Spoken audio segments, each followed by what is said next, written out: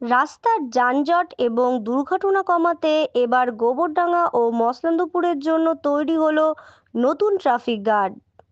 মঙ্গলবার গোবরডাঙ্গা বাজার এলাকায় থাকা পুরনো পুলিশ ফাঁড়িতে নতুন করে সাজিয়ে ট্রাফিক গার্ডের উদ্বোধন করেন বারাসাতের এসডিপিও অঞ্জিকা বিদ্যাগর, হাবড়া পুলিশ মহকুমার এসডিপিও সুবীর কুমার বাগ, হাবড়ার আইসি অনুপম চক্রবর্তী, অশোকনগরের ওসি চিন্তামণি নস্কর, গোবরডাঙ্গার ওসি পিঙ্কি ঘোষ সহ আধিকারিকরা এবং গোবরডাঙ্গার পৌর প্রধান সহ কাউন্সিলররাও।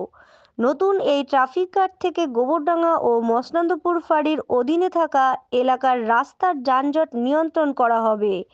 নতুন ট্রাফিক গার্ড উদ্বোধনের ফলে এলাকার রাস্তা যানজট মুক্ত করা যেমন সম্ভব হবে, তেমনি দুর্ঘটনাও কমানো যাবে বলে আশাবাদী পুলিশ কর্তারা। আজকে আমরা এখানে গোবরডাঙ্গা নতুন ট্রাফিক ইউনিটের এসটিজের উদ্বোধন করেছিলাম। তো আজকে আমি এখানে বলে দিচ্ছি কি যে ট্রাফিক ইউনিট আছে ওখানে স্ট্রেংথ একটা অফিসার আছে, 4টা সিভিক আছে ওর 10টা এসটি টিএসজি থাকবে। টোটাল 15টা জনের স্ট্রেংথ এখানে আছে। ভালোই স্ট্রেংথ আছে, ভালোই স্ট্রেংথ দিয়েছেন এসপি ম্যামের। কেন দিয়েছে এটা একটু আমি বলে দিচ্ছি। আপনি দেখতে পারেন কি লাস্ট 2-3 বছর থেকে অনেকটাই ফ্যাটাল অ্যাক্সিডেন্ট গোবরডাঙ্গার মধ্যে বেড়ে যাচ্ছে এবং যেটা ছোটো ছোটো অ্যাক্সিডেন্টও টু হুইলারের অ্যাক্সিডেন্টও বেড়ে যাচ্ছে। ওটাকে প্রিভেন্ট করতে হবে এবং যেটা ভেহিকলের নাম্বারও সময় হিসাবে পড়ে যাচ্ছে তাকেও একটু নিয়ন্ত্রিত করতে হবে, আইনি হিসাবে চলাতে হবে ট্রাফিক। তার জন্য এটা ট্রাফিক ইউনিট এখানে করা আছে। অনেকগুলো রাস্তা রয়েছে যেটা মসলন্দপুরের দিকে, একটা বসিরহাট বনগাঁ সড়ক এবং তেঁতুলিয়া সড়ক রয়েছে এবং গোবরডাঙ্গা থেকে গাইঘাটা যাওয়ার সড়ক। এতগুলো জায়গায় এই স্ট্রেংথ নিয়ে কি কাজ করা যাবে নাকি আরও রিক্রুটের সম্ভাবনা আছে? না, আরও রিক্রুট হবে।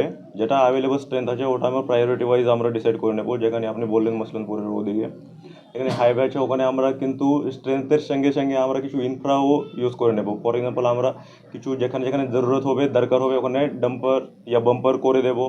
যেখানে যেখানে দরকার হবে ওখানে আমরা গার্ডরেল প্লেস করে অল্টারনেট গার্ডরেল যেটা এক্সট্রা স্ট্র্যাটেজিক ইউনিট থাকে ট্রাফিকের ওটা করে দেবো, যার জন্য কি ভেহিকেলের স্পিডটা আমরা কম করতে পারবো और একটু অ্যাক্সিডেন্ট প্রিভেন্ট করতে পারবো।